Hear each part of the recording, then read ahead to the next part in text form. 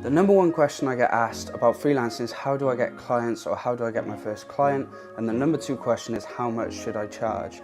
A lot of people will probably tell you to work for free to build a portfolio, or cold call businesses and go door to door pitching, and I'm sure this can work, but I'm not a cold calling kind of guy, and working for free can really devalue your skill set. I understand it's necessary to build a portfolio at times, but there are other ways to get clients to come to you without doing free work or picking up the phone. My name's Ryan, and just over 2 years ago I quit a well-paid full-time job to go freelance, and I can safely say I won't be going back to any employment soon. I get clients coming to my inbox every day, and I'm privileged enough to be able to choose who I work with and what I charge, and I'm going to show you how you can do the same.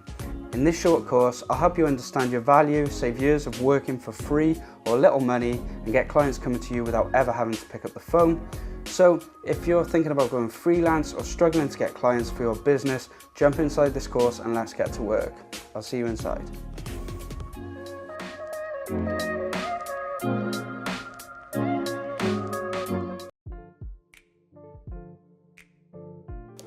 The first thing that comes to most people's minds when they think about freelancing is most likely freelance websites like Upwork or Fiverr.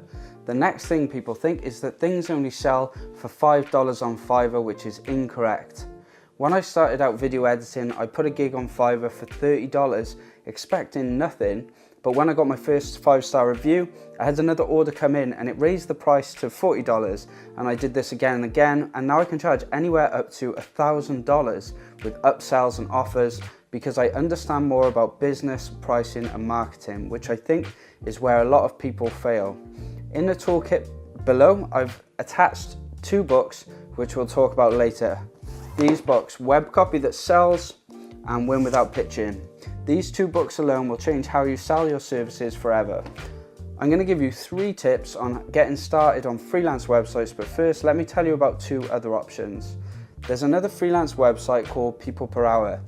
I did set up a gig on People Per Hour, but I found a lot of people just try to haggle down my prices. I did get a lot of requests, but I already had a decent amount of clients from Fiverr, so I didn't bother trying to build up my reputation on People Per Hour. I would recommend, if you have a skill and haven't already got a gig created, to start out, put yourself out there on every platform that you can. Here's one huge tip: take massive imperfect action. Don't overthink, don't try to be perfect or you won't move forward. Just create your profile, put out your content and never look back. My final recommendation is Upwork. I can't say too much about Upwork, as I tried to get a video editing gig on there, but it didn't get accepted. I think this is because the market's already saturated on Upwork for video editing. That being said, if you can define your niche, for instance, saying I make Instagram story video ads rather than just video creation, they might allow it. So try to niche down if you can. To finish this section, here are 3 tips to getting started with freelance websites. Number 1, massive imperfect action. You probably already knew about these options, but you keep telling yourselves reasons not to post a gig. If you haven't already, go and post a gig on Fiverr, People Per Hour and Upwork. If you can, look for other freelance websites and just put yourself out there. Even if you don't get any clients straight away, you'll get better at promoting yourself, and this is all just great practice for the future. In this industry, there's a catapult effect, and I'll show you how you can leverage that later. But right now, you might be thinking that you're not ready yet, but here's the thing. When you're creating a gig, you'll be uploading a piece of your work for your profile or gig demonstration. That work should reflect the quality, should reflect the quality of your work. Therefore, it's not down to you to decide you're not ready. It's down to the client to decide whether they want to place an order with you. When you set up your gig, try to differentiate yourself rather than copying what the top guys are doing. It's good to take inspiration from other people, but you always want to be creative and think outside the box. If you can niche down and become specialized, you will become the go-to person much quicker. Finally, if you're worried about a huge influx of clients, don't be. It won't kick off straight away, so if that's holding you back, then just get a gig uploaded. Don't try to be perfect and wait and see what happens. Tip number 2, send relatives, colleagues or friends to your gig to get your first review in. When you get a few reviews under your belt, your orders will start rolling in. As your orders roll in, you can raise your prices. When you do get your first order, just take your time to make it perfect, and always consider this paid work is paid education. The greatest thing about freelancing, especially in something that we love, is that we can do what we love and improve on the job. This is fine as long as we get the job done, so set reasonable expectations with the client. Number 3, don't try and be the cheapest. Think about this, when people are scrolling through Fiverr, there are literally hundreds of gigs for the lowest price. A real business owner won't look twice at anything for $5. As a business owner myself, I actually look for the most expensive because I know time is money and I don't want to spend it going back and forth with revisions or having to get things done twice. I'd much rather have a professional take care of it and nail it the first time. That being said, you can still charge what works for you and the business. If you can't think of what to charge, then just charge what you would like to get for the work and wait until the order comes in. Don't focus too much on what other people are doing and what they're charging. And trust me, when you charge too low and a client comes back with 100 revisions, you will know about it. In the project file, I've linked to this course. I've linked to a video by The Future, which is on YouTube, and it's on pricing creativity. It's a great video, and I take a lot of inspiration from this guy and Blair Enns, who writes this book, Win Without Pitching, which I've also linked in the download and we'll talk about later. So if you haven't got a gig, you aren't giving anyone a chance to buy from you, now would be a great time to go and put a gig up wherever you can. Massive imperfect action is key. You can always adjust and optimize over time. I never stop refining my message or my copy as I get more experienced and more specialized. The main thing right now is you just get started. So good luck, and I'll see you in the next video. Let's talk about getting clients on social media. Freelance websites can be great because people come to you and you don't do any marketing. The problem is they can take fees off you and you aren't guaranteed clients. So sometimes things slow down and you don't want to put all your eggs in one basket. So here's a few tips to getting clients on social media. Number 1, optimize your profile. This might seem strange at first, as you've probably been using your Facebook profile to take partying pictures for the last 10 years, but it's time to change that. You need to start posting meaningful content that will attract your perfect clients. Start posting your graphic designs or writing copy, but gear it towards the people you want to work with. My cover photo, featured photo and bio all say exactly what I do, who I can help, and where they need to go to contact me. You don't need to have a website, but you do need a strong call to action. A call to action is the instructions you give somebody who's interested in what action to take next. For example, I might say, if you'd like to skyrocket your engagement, leads and sales, contact me today. This is just one element of copywriting, and in the document attached to this course, I've recommended my favorite copywriting book, which I recommended in the previous video. It's called Web Copy That Sells, and this book gives you instantly actionable tips which can help you improve your copywriting so that you can turn your readers into customers straight away. This information will also be beneficial for improving your copy in your freelance gigs. Number 2, engage in the right groups and optimize your connections. You might already be doing this, but if not, you'll be surprised. I have nearly 5,000 friends on Facebook from connecting with people online, and I rarely see anyone from my local circle in my newsfeed anymore. This is great because the posts I see in my newsfeed are usually filled with opportunity and like-minded entrepreneurs. If you're a designer, join design groups, business groups, and Facebook marketing groups. Don't go in there and pitch, but make sure to engage and start building connections, and before you know it, you will start seeing opportunities in your newsfeed. Also, going back to point 1, if your profile is optimized properly, like in step 1, people will start stumbling across your profile when you're engaging in these groups, and that opens up another opportunity. You might be talking about design, and somebody checks out your profile because they see you know what you're talking about. Then they reach out to you and they ask you if you can help them too. Tip number 3, is to repurpose your content.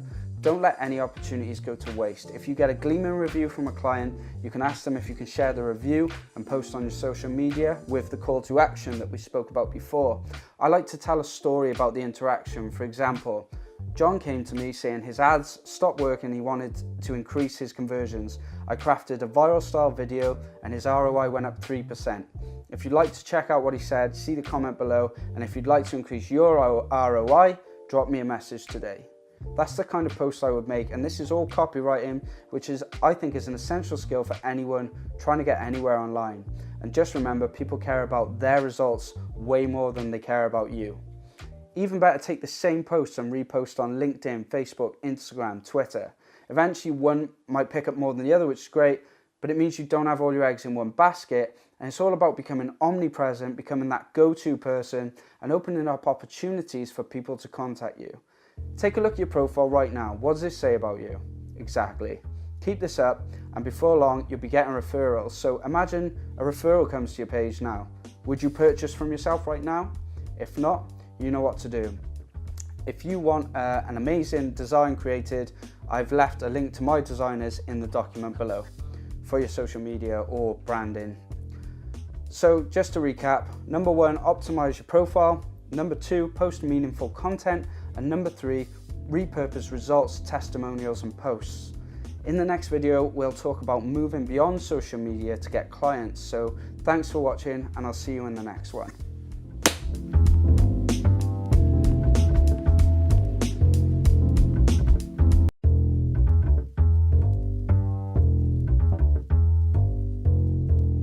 The next step beyond freelancing on freelance websites and social media is establishing yourself with a website or a funnel. So a funnel can mean 2 things. The general term sales funnel just means the journey the customer takes from seeing your content to purchasing from you. For example, they might see an ad, which goes to a blog, which leads to a form, which leads to booking a call, which leads to speaking to you. That's a sales funnel. Let's think about social media as a funnel. You post content, they contact you through Messenger. That's a 2-step sales funnel. So now let's talk about a website funnel or landing page. Generally, a website has an about us, a portfolio, maybe a blog page, but this can all be very distracting when somebody comes to your website. You only have that chance once when that customer lands on your website to sell your services. Right now, when they land on your page, if you give them too many options, you might lose them forever. That's where funnels come in. A funnel is essentially a one-page website with multiple steps. The viewer reads your content, goes to your funnel, and then step by step, they slowly read down, get excited, and hopefully they buy from you. They only have one way to go. This is only successful if your message and your offer is strong, which requires understanding your audience and proficient copywriting. I'm not going to remind you again about the book that I've linked in the project below. And remember, most people are concerned about how pretty their website or funnel is, but honestly, it's the copy and the offer you're presenting that is the most important. Now, to paint the full picture, when we have a funnel or website ready, which does most of the selling for us, all we need to do is send traffic, which means we can send organic traffic, which is people stumbling across us through blog posts, or website traffic from SEO, or we can use paid traffic, which is when we run ads on Google or Facebook or LinkedIn.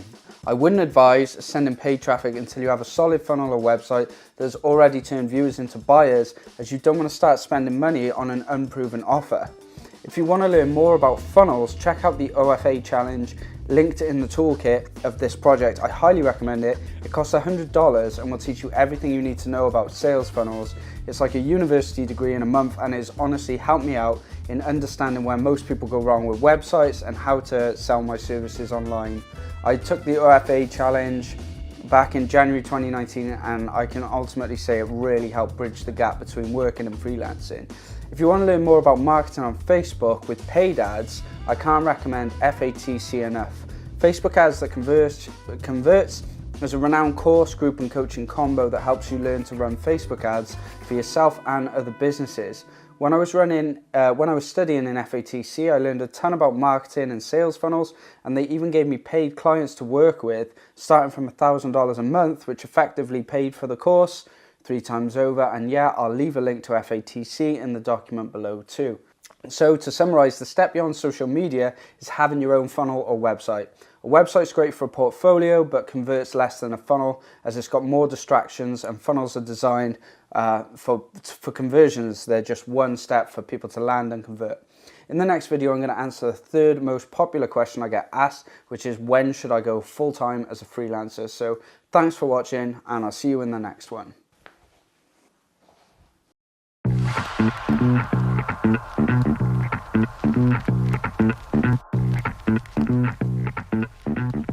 When should I go full-time?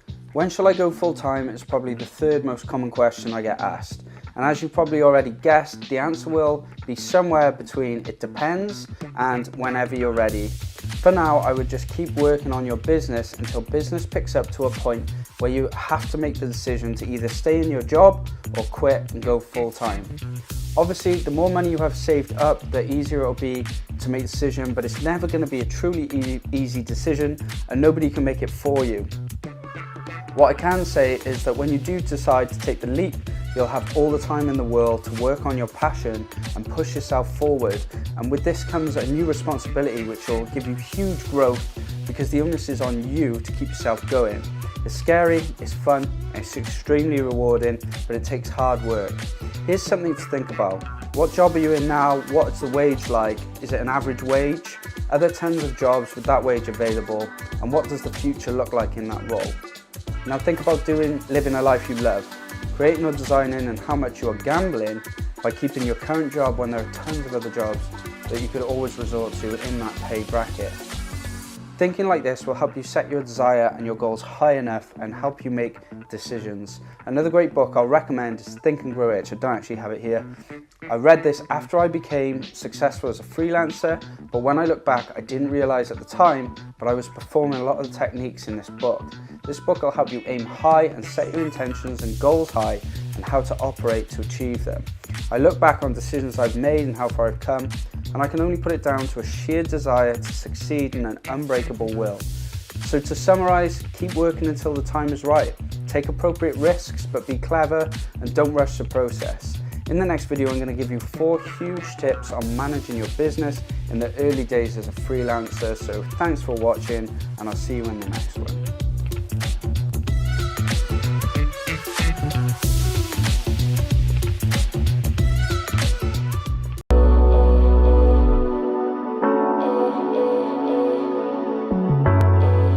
4 key tips for managing your business. Tip number 1, reinvest into assets and education and never stop learning. You might be tempted to spend your first $100 on shiny new trainers and tell your friends you made it, but I think that's unwise. To this day, I reinvest everything I can into making my job easier, learning more, and expanding my business. Not only are business expenses tax deductible in the UK, but in another book I've read, Win Without Pitching, also linked in the document below, reminds you that as soon as you become complacent, you fall behind and you will get overtaken. So make sure you keep learning and reinvesting into your business. And this leads me on to point number 2. Forget short-term luxuries. Right now, it's all business. You need focus. You probably need to reduce the partying and the senseless spending and get really determined and involved in your business. What you really want? Spend the next 10 years chewing away trying to stay afloat online, or 2 to 3 years of exponential growth and commitment and setting yourself up with a business for life. It's an obvious option, and I can tell you, since I stopped drinking and partying and spending, my business has grown a ton and the quality of life has gone through the roof. Tip number 3, work on a tomato timer. I can't explain how much I love tomato timer. It's on a website, you can type it into Google. It's a simple timer that you can load up on your computer, work for however long, maybe 25 minutes, then take a 5-minute break. It kind of holds you accountable. Realize how much you get distracted in 25 minutes with social media and playing on your phone, and really start dedicating yourself to solid work for 25 minutes. By using this, I complete work in 2 hours now that would have taken me a day before tomato timer. Tip number 4, create a plan and see it through. Another thing I learned from Think and Grow Rich is to create your definite plans and see them through. For example, you might plan to go and make a gig, but before you get done, a doubt or a limiting belief will creep into your head. You might start thinking there's too much competition, or what do people think about me? And these are normal thoughts which you should allow, but still see your plan through. The biggest killer in this game is procrastination. I'm going to add a very important bonus tip in, number 5 here. Take care of yourself. It's really easy to get drawn into the hustle and start neglecting your health. Really make sure you don't sit at the computer for too long without getting up. Keep up with your exercise and deep breathing and meditation, and take time out to read so you can learn without having a computer screen in front of you. Make sure to stay in touch with friends and family, but also be mindful of what you discuss, because you'll quickly realize some people aren't in line with your goals, and you might want to reduce the negative communication as much as possible. If you find people start bringing you down, just start phasing them out and working on yourself. So with that being said, I really hope you've enjoyed this course. I'd love you to leave a comment below. Let me know what you think, or if there's anything else that you want to know from me. And with that being said, I'll see you in the next one.